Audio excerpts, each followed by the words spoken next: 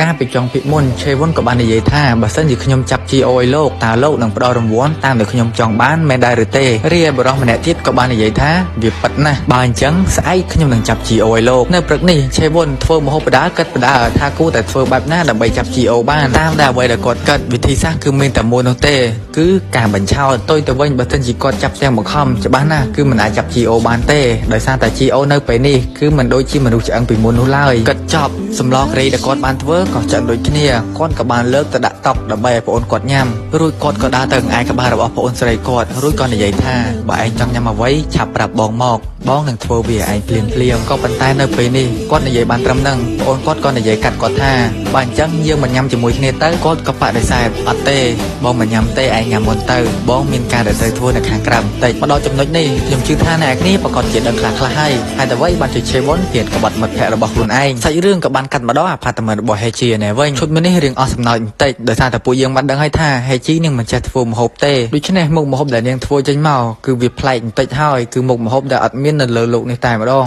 ហើយអ្វីដែលកាន់តែអស់សំណើចជាងនេះទៅទៀតនោះគឺយើងបានដឹងថាហេជីនឹងបានសួរ ChatGPT រីឯ ChatGPT ក៏ណាស់ទៀតក៏បានប្រាប់គ្រឿងផ្សំពិសេសដែលនាងត្រូវដាក់ចំណែក GO ណែវិញគាត់កំពុងតែគិតអំពីឆេវុនហើយគាត់ក៏បានសម័យយើងបានដឹងថានៅថ្ងៃមួយពេលដែល GO កំពុងតែអង្គុយលេងម្នាក់ឯងឆេវុនក៏បានដើរមកដល់ហើយឃើញដៃ GO គាត់បានដាច់ពេលនោះគាត់ក៏បានតដៃមួយជាហៀងទៀតដោយដាក់ដាវរបស់គាត់រួចក៏ប្រាប់ GO ថាធ្វើអញ្ចឹងឲ្យលយចំណែកម៉ូរុននាងឃើញអញ្ចឹងនាងបានសួរថាឆេវុនកំពុងតែធ្វើបាប GO ទៀតហើយមែនក៏ប៉ុន្តែឆេវុនបដិសេធទៅគាត់គ្រាន់តែធ្វើឲ្យ GO លយប៉ុណ្ណោះGO បន្ទាប់ពីដឹងថាឆេវុនមានបំណងល្អមកដាក់ខ្លួនគាត់ក៏ចាប់ផ្ដើមសប្បាយចិត្តឡើងមកវិញទៅចំណែកម៉ូរុននាងមើលមិនឃើញកន្លែងលយសោះបន្ទាប់មកឆេវុនបបួល GO ចូលដៃគ្នាចាប់ទុកជាការរាប់អានអញ្ចឹងពួកយើងបានដឹងហើយធម្មជាតិរបស់ឆេវុនគាត់មិនអាក្រក់នោះទេកំពុងតែគិតសក់ហេជីនឹងបានដើរមកក៏ប្រាប់ថាឲ្យ GO នឹងភ្លក់ម្ហូបដែលគាត់បានធ្វើនាងបានប្រាប់ទៀតថានាងធ្វើជាពិសេសសម្រាប់ GO តែម្ដង GO ក៏អត់បានបដិសេធអីដែរគាត់ក៏បានភ្លក់ទៅជាតិខ្លាំងណាស់លោកអើយជាតិខ្លាំងណាស់មិនដឹងថាមានស្អីគេខ្លះទេកំពុងតែភ្លក់ម្ហូបរបស់ហេជីសក់ស្រាប់តែមានលេខទូរស័ព្ទមួយក៏បានខលមកច្បាស់ណាស់លេខមួយនេះគឺជាលេខរបស់ឆេវុននឹងឯងឆេវុនខលមកប្រាប់ថានៅពេលនេះគាត់កំពុងតែមានគ្រោះថ្នាក់ហើយចង់ឲ្យ GO មកជួយគាត់ GO គាត់លឺអញ្ចឹងគាត់បញ្ញាប់សាន់ស្លោប្រាប់ទៅកាន់ហេជីឥឡូវនេះមិត្តភក្តិរបស់គាត់កំពុងតែជួបគ្រោះថ្នាក់ត្រូវការជំនួយអញ្ចឹងគាត់អាចបាននៅយូរទៀតទេគាត់សុំទៅជួយមិត្តភក្តិរបស់គាត់សិនណាហេជីនឹងលឺអញ្ចឹងនាងសុំទៅដែរឥឡូវយើងបានដឹងថាកន្លែងដែលឆេវុនក៏បានរើសនេះគឺមានប្រៀបទៅលើ GO តែម្ដងចំណែក GO នេះវិញគាត់បានមកតាមទីតាំងដែលឆេវុនបានប្រាប់ហើយក៏ប៉ុន្តែគាត់មិនដឹងអំពីផែនការរបស់ឆេវុនទេគាត់កំពុងដើរសក់ភ្លាមនោះក្រោមជើងដែលគាត់កំពុងតែដើរនោះក៏ស្រាប់តែមានដាវជាច្រើនច្បាស់ណាស់នេះគឺជាផែនការរបស់ឆេវុននឹងឯងដាវទាំងនោះបានបុកទម្លុះដៃនៅខាងក្រោមឆ្លុះមកដល់ទ្រូងរបស់ GO តែម្ដងរួចឆេវុនក៏បានបង្ហាញខ្លួនរួចក៏បាននិយាយថាអរគុណណាស់ដែលឯងបានមក GO គាត់ឆ្ងល់ណាស់ថាហេតុអ្វីបានជាឆេវុនក៏ធ្វើអញ្ចឹងក្រែងឯងប្រាប់យើងថាឯងកំពុងតែមានគ្រោះថ្នាក់អីរីឯឆេវុនវិញគាត់ក៏មិនបានបដិសេធអ្វីដែរត្រូវហើយយើងគឺបានបោកប្រាស់ឯងនិយាយផងគាត់ក៏បានស្ទុះលោតមកវាយ GO តែម្ដងគាត់បានចាក់ត្រូវ GO មួយកំបិត GO គាត់ក៏បានរឹបបំរាស់រួចឆេវុនក៏បានលោតចូលមកម្ដងទៀតតែត្រូវឆេវុនគេចរួចក៏ប៉ុន្តែថារន្ទះជើងរបស់ឆេវុនបានលឿនជាងធាក់ GO ឲ្យក៏អួតឈីមខ្ទាតទៅមកខាងទៀតបន្ទាប់មកឆេវុនក៏បាននិយាយថាយើងសប្បាយចិត្តណាស់ GO បន្ទាប់ពីឃើញឯងមករយៈពេល7ឆ្នាំមុនយើងឃើញឯងមានតែឆ្អឹងទេ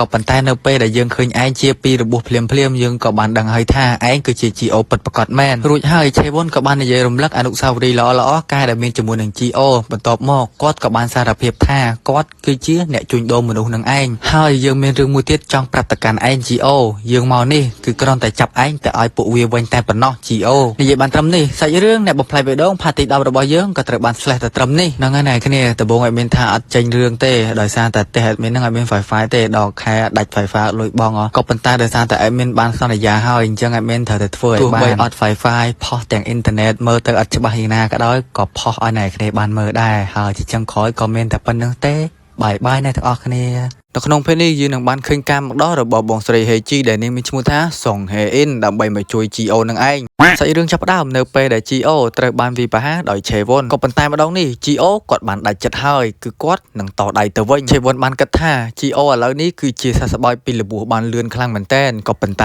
បើទោះបីជាយ៉ាងនេះក្តីឆេវុនគាត់នឹងបដិញ្ញាថាកាប់ GO ដោយមិនឲ្យគាត់ជាសះស្បើយតន់នោះទេបន្ទាប់មកគាត់នឹងចាប់ GO យកទៅមន្ទីរពិសោធន៍វិញសាច់រឿងបានលេងបកក្រោយនៅពេលដែល GO ត្រូវបានគេ គេចាប់ខុំនៅក្នុងមន្ទីរពិសោធន៍ក៏ប៉ុន្តែយើងបានឃើញថាមានឆេវុននេះឯងគាត់បានចូលមកជួយក៏ប៉ុន្តែនៅក្នុងការជួយមួយនេះគឺមិនបានសម្រេចនោះទេដោយពួកមន្ទីរពិសោធន៍ឃើញដូច្នេះក៏ចាប់រត់កដោយចង្វាក់រន្ទះចំណែក GO និយាយទាំងការភ័យផងអីផងគាត់បានស្រែកថាឲ្យ Heiji គាត់កាត់ដៃគាត់ទៅដើម្បីរំដោះគាត់របួសរបស់គាត់កុំតែជាសះស្បើយនោះទេក៏ប៉ុន្តែត្រូវឆេវុនបានបដិសេធឆេវុនក៏បាននិយាយទាំងខ្លួនមានរបួសថាគាត់បានលើពួកអាថោកទាបនៅក្នុងមន្ទីរពិសោធន៍នោះបាននិយាយថាវាឈប់បរិច្ចាគជាមួយឯងហើយព្រោះថាពួកវាខ្លាចការជាសះស្បើយរបស់ឯងនេះវាហួសព្រំដែនពីសមត្ថភាពរបស់វាទៅយើងមកជួយឯងនេះអូខេមកដល់ចំណុចនេះអ្នកគ្នាអាចប្រាប់ខ្ញុំបានថាឆេវុនគឺជាមនុស្សបែបម៉េចសាច់រឿងបានកាត់មកដល់បច្ចុប្បន្នណែវិញ GO គាត់មិនចង់ប្រយុទ្ធជាមួយនឹងឆេវុនទៀតទេដោយគាត់បានដឹងពីសមត្ថភាពរបស់ខ្លួនឯងហើយថាគាត់គឺមានបេះដូងអមតៈដូច្នេះបើទោះបីជាគាត់ស្ថិតនៅក្នុងស្ថានភាពបែបណាក៏ដោយគាត់ក៏នៅតែអាចព្យាបាលរបួសបានដែរក៏ប៉ុន្តែឆេវុនគាត់មិនអញ្ចឹងទេឆេវុនវិញគាត់នឹងប្រើវិធីសាស្ត្រគ្រប់យ៉ាងដើម្បីតែចាប់ GO យើងបានឃើញថាការវាយប្រហារមួយកំបិតរបស់ឆេវុននេះគឺបានធ្វើឲ្យ GO ដាច់ដៃបាត់ទៅហើយដោយបានដឹងថាឆេវុនគឺពិតជាចង់សម្លាប់ខ្លួនពិតមែន GO គាត់ក៏បានតដៃយើងបានឃើញថាឆេវុនគឺស៊ីមួយកំដាប់ដៃរបស់ GO បាត់ទៅហើយបន្ទាប់មក GO គាត់ក៏បានប្រើធម្មពលពីបេះដូងអមតៈរបស់គាត់ដើម្បីបើកការវាយប្រហារទៅកាន់ឆេវុនតែម្ដងមួយដៃរបស់ GO បានចូលទៅក្នុងមាត់របស់ឆេវុនតែម្ដងពួកយើងបានឃើញថាឈាមដែលនៅក្នុងខ្លួនរបស់ GO បានចូលទៅក្នុងពោះឆេវុនតែម្ដងដោយពួកយើងបានដឹងហើយថាឈាមរបស់ GO គឺមិនធម្មតានោះទេស៊ីមួយដៃនេះឆេវុនក៏បានខ្ទាតទៅម្ខាងទៀតដោយ GO ម្ដងនេះគាត់មិនតោះឱកាសឲ្យឆេវុនបានដកដង្ហើមនោះទេស្ទុះមកវាយឆេវុនបន្ថែមទៀតដែលធ្វើឲ្យឆេវុនបានខ្ទាតតែម្ដងឆេវុនបានងើបមកវិញរួចក៏បានប្រើប្រាស់ធម្មពលរបស់គាត់បញ្ចេញដាវតាមដែកនឹងតែម្ដងក៏ប៉ុន្តែយើងឃើញថា GO គាត់ក៏បានគេចរួចដោយជួបស្ថានភាពបែបនេះឆេវុនគាត់ក៏បានស្រូបចរន្តអគ្គិសនីដែលនៅទីនោះរួចបញ្ចូលវាចូលទៅក្នុងបេះដូងដាវរបស់គាត់នៅពេលនេះពួកយើងបានឃើញថាខ្លួនរបស់ឆេវុនគឺពោពេញទៅដោយដាវតែម្ដងចំណែក GO វិញគាត់អត់មានក្បត់នោះទេផ្ទុយទៅវិញគាត់ក៏បានរត់សម្ដៅស្ទុះទៅវាយឆេវុនតែម្ដងពួកយើងបានឃើញថាស៊ីមួយកំដាប់ដៃនេះឆេវុនគាត់ក៏បានកូតឈាមរួចគាត់ក៏បានប្រើល្បឿនគាត់យ៉ាងលឿនដើម្បីស្ទុះវាយប្រហារឆេវុនតែម្ដងហើយជាចុងក្រោយគាត់ក៏បានម៉ាត់ឆេវុនចំកណ្ដាលមុខពេញតែម្ដងវាយរួច GO គាត់ក៏បានសួរថាហេតុអ្វីបានជាឯងលក់យើងឲ្យពួកវាហើយតើឯងនឹងទទួលបានអ្វីមកវិញបន្ទាប់ពីលក់យើងទៅឲ្យពួកវាឥឡូវឯងនិយាយមកបើឯងនៅចាប់ទុកអញជាមិត្តភក្តិឆេវុនបន្ទាប់ពីឮពាក្យថាមិត្តភក្តិហើយគាត់ក៏ចាប់ផ្ដើមសួរមែនមិត្តភក្តិមែនទេហើយគាត់ក៏បានសម័យយើងបានដឹងថាការដែលពួកគេនៅក្នុងមន្ទីរពិសោធន៍ពួកយើងគឺពិតជាមានក្តីសុខខ្លាំងណាស់ពួកយើងញ៉ាំអាហារឆ្ងាញ់ៗជាមួយនឹងគ្នាបានលេងប្រឡែងជាមួយនឹងគ្នានិងទង្វើល្អៗដែលពួកយើងបានសាងជាមួយគ្នាទាំងនេះគេហៅថាមិត្តភក្តិនិយាយមកដល់ត្រឹមនេះពួកយើងបានឃើញថាមានសម្លេងទាហានជាច្រើនបានរត់សម្រុកចូលមកកាន់ទីនេះរួចឡោមព័ទ្ធពួកគេភ្លាមនោះយើងបានឃើញថាមានមេបញ្ជាការម្នាក់ក៏បានដើរមកគាត់គឺមានឈ្មោះថា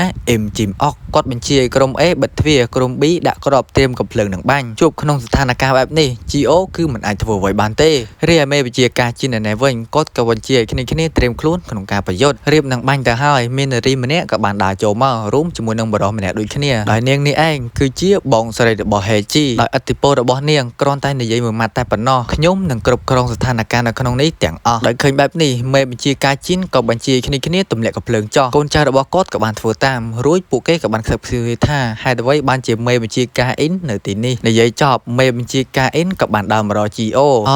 ឯងនឹងមិនមែនឈ្មោះ GO កុំខ្លាចអីបងមកជួយឯងតើអត់អីទេយប់នេះចាឯងដេកជាមួយមួយយប់បងស្រីរបស់ Heiji ក៏បាននិយាយតទៀត Heiji នាងបានប្រាប់ពីស្ថានភាពរបស់ឯងមកកាន់យើងអស់ហើយយើងគឺជាបងស្រីរបស់ Heiji មានឈ្មោះថាសុងហេអ៊ីនមកដល់ចំណុចមួយនេះសាច់រឿងនៃអ្នកបំផ្លាញបេះដូងភាគទី11របស់យើងក៏ឆ្លេះត្រឹមតែប៉ុណ្ណេះហ្នឹងឯណែគ្នាហើយបើចង់ឲ្យខ្ញុំមានកម្លាំងចិត្តធ្វើរឿងឲ្យណែគ្នាតទៀតហើយលឿនអញ្ចឹងណាណែគ្នានេះអាចពិចារណាបានហើយអត់មានអត់ប្រកាន់ទេប្រហែលក៏អត់មានយកដែរមួយសេនក៏យកដែរណែគ្នាហើយអត់មានតែប៉ុណ្្នឹងទេអរគុណច្រើនណែគ្នាបាយ